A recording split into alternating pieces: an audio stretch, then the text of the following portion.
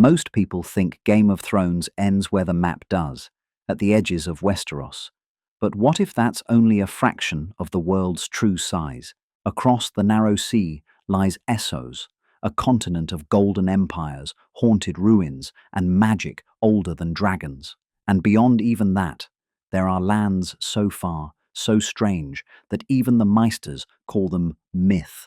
There's a jungle where disease kills half of every visitor, and ruins so evil the trees refuse to touch them. There are ice dragons that breathe cold instead of fire, and cities ruled by women who wear rubies in their flesh and raise armies of eunuchs. Most of Game of Thrones happens in Westeros, but this story isn't about kings or thrones.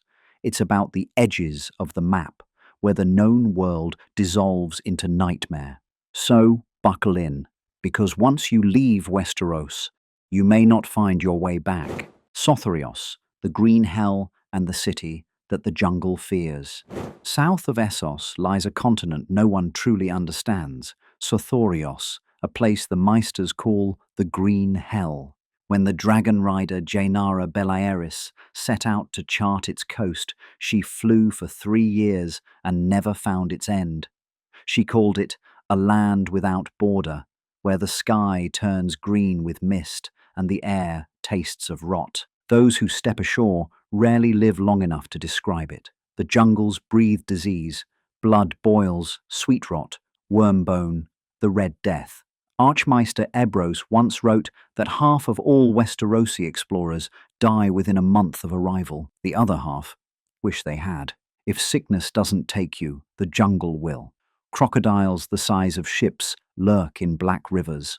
Snakes, basilisks, and flesh-eating fish patrol the swamps. There are apes so strong they can kill elephants with a single blow, and wyverns that hunt in packs, their black scales swallowing the moonlight. And among this chaos live the brindled men, massive tusked creatures of mottled skin and ancient strength. They speak a rough trade tongue on the coasts, but deeper inland they worship dark gods and feast on their enemies.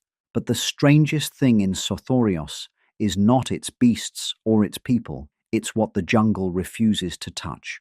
In the heart of the continent rises Yin, a vast ruin of oily black stone, older than time itself. No vine grows on its walls, no bird flies above it. Princess Nymeria once tried to settle her people there. They all vanished overnight. Even the jungle fears Yin, and in a world where everything kills, that should terrify you. The Basilisk Isles, pirate kingdoms, and black stone toads. Sail west from the steaming coast of Sothoryos, and you reach a chain of islands where the air hums with flies and the sea smells of decay.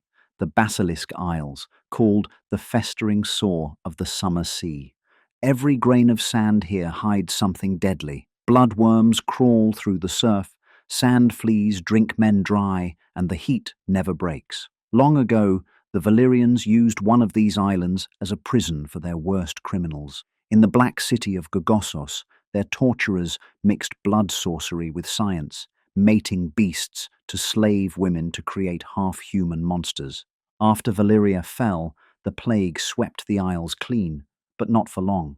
The pirates came, killers, exiles, and madmen, and raised their own kingdoms among the ruins. Their ports bear names whispered like curses. Sty, Whore's Gash, Black Pudding. They build skull piles as offerings to dark gods and rule by knife and fever. When the free cities try to wipe them out, the pirates always return. One Valyrian admiral, Sarthos Sarn, was sent to destroy them, and instead crowned himself Pirate King, ruling for 30 years. His blood still sails the seas in Saladhor Saan, friend of Davos Seaworth. And yet, amid all the filth, one isle holds a deeper horror.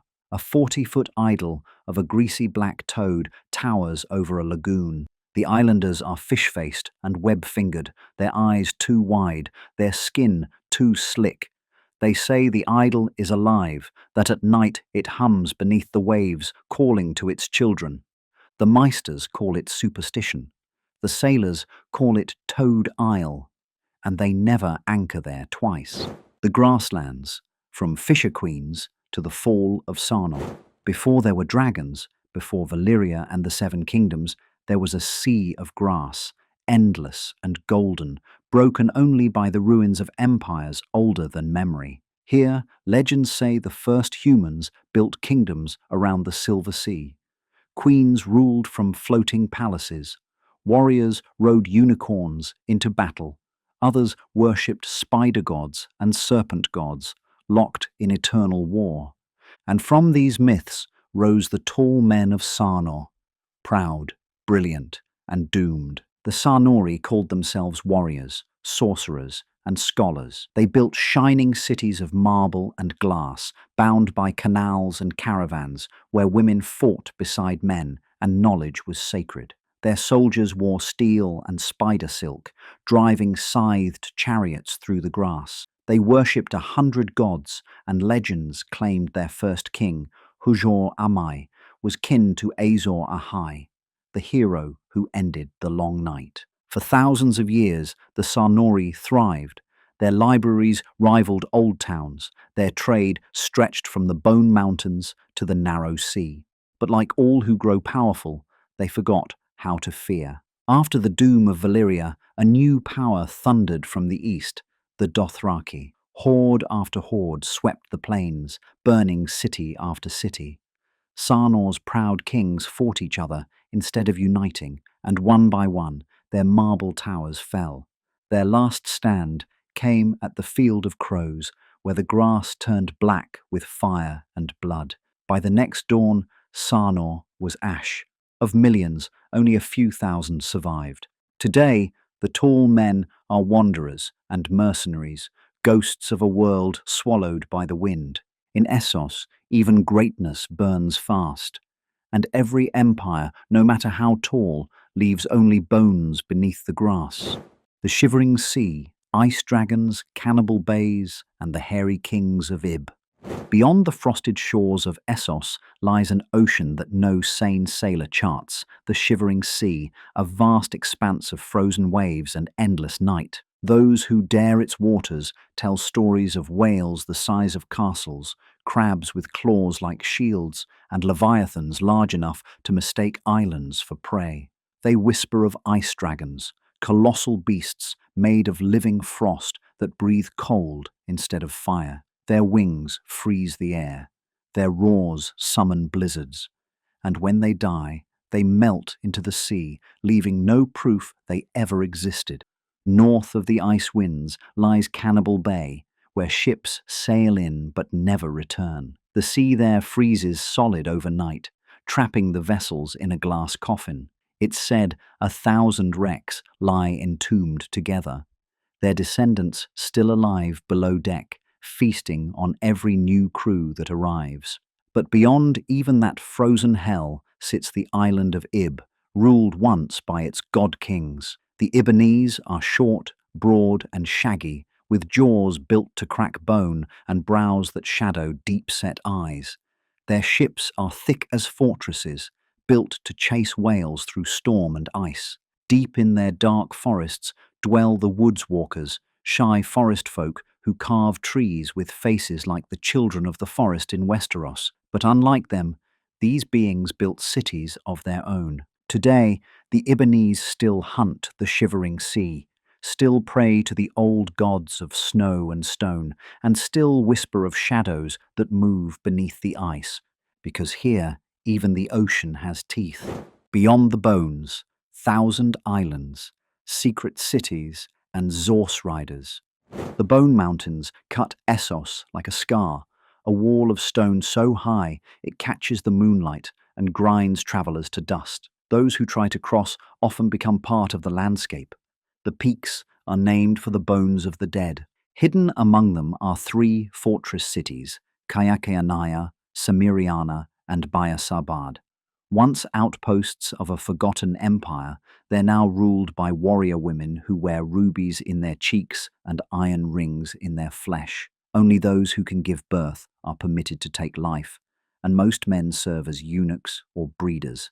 Their laws are as harsh as the mountains they defend. East of the bones, the world grows stranger still. The 1,000 islands rise like broken teeth from the sea, home to green-skinned, hairless people who file their teeth to points and sacrifice sailors to fish-headed gods. They fear the ocean, refusing to touch the water even under pain of death. Some say these islands are the drowned peaks of a lost kingdom swallowed by the sea. Further south lies Nefer, the secret city, hidden beneath the cliffs. Its towers are tombs, its streets echo with whispers of necromancy and torture. Beyond it sprawls Mosovi, where the forests are alive with shape-changers and demon hunters. And across the plains roam the Jogos Nai, squat, sharp-skulled riders mounted on wild horses, striped and furious. Each tribe is led by a war chief and a moon singer, bound by songs and prophecy. They claim to have wiped out the last of the stone giants, creatures twice as tall as the giants of Westeros. Beyond the bones, the world forgets what human even means. Here, gods wear new faces, and monsters carry spears. Yi Ti, the great empire of the dawn, and the shadow of Asshai. In the distant east, beyond the grasslands and the mountains, rises a realm so vast and ancient that even Valyria seemed young beside it. Yi Ti, the Golden Empire. Its cities glitter under 1,000 suns. Its princes dine from houses of solid gold. Basilisks stalk its jungles, and its roads stretch like veins of stone across a land that once claimed to rule half the world. But even Yi Ti is only a shadow of what came before, the great empire of the dawn. According to legend, its first emperor was the child of the Lion of Night and the Maiden Maid of Light, a god born to rule for 10,000 years. When he ascended to the stars, his descendants, the Pearl, Jade, and Topaz emperors, took the throne. But each reign grew shorter, darker, and bloodier, until the Amethyst Empress was murdered by her brother, the Bloodstone Emperor. He practiced necromancy, cannibalism, and torture. He took a tiger woman for his bride and worshipped a black stone fallen from the sky. His reign, it said, brought the long night, when demons walked and the sun hid its face. To protect themselves, the Yitish built the 5 forts, colossal walls of fused black stone facing a freezing desert to the north. They predate Valyria, yet shine with the same fire-welded craftsmanship. Perhaps Yi Ti once tamed dragons, or something worse. South lies the island of Leng, rich in spice, jungle, and 7-foot-tall natives with the eyes of hawks. Deep beneath its roots lie the ruins of the Old Ones, ancient gods who whispered to queens and demanded the death of every stranger. Their cities were sealed, but some say the Old Ones still breathe in the dark. And beyond even Leng, at the edge of all maps, lies Asshai, the City of Shadows. A city larger than King's Landing, Old Town, and Volantis combined, built entirely of greasy black stone. No children play there. No animals live. The river glows with poison, and its people walk masked and silent. Here, magic is stronger. Red priests, blood mages, and shadow binders come to study the dark. Melisandre, Quaithe, Marwyn, and Mirri Maz Duur all learned their arts here. North of the city, the land blackens and burns. Few who follow the River Ash return, and those who do speak of Stygai, the city of the night, where even shadows cast shadows. Some call Asshai the birthplace of magic, others the scar left by its death. Either way, it's the dark twin of the world we know, the heart of shadow to balance the heart of winter. Maps of mystery. Why the edges of the world matter. The further you sail from Westeros, the stranger the world becomes. Cities of black stone that no jungle dares to touch. Empires that fell so long ago, their ruins hum with memory. And lands where gods still whisper beneath the earth. But these places aren't just curiosities on a map. They're reflections of the same forces shaping the story we know. The long night, the dragons, the prophecies. They all began out here, in the forgotten corners of the world. The Bloodstone Emperor and the Night's King, The heart of darkness and the heart of winter. Different myths, same truth. Every age of light casts a shadow. And maybe that's what George R. Martin's world is really about.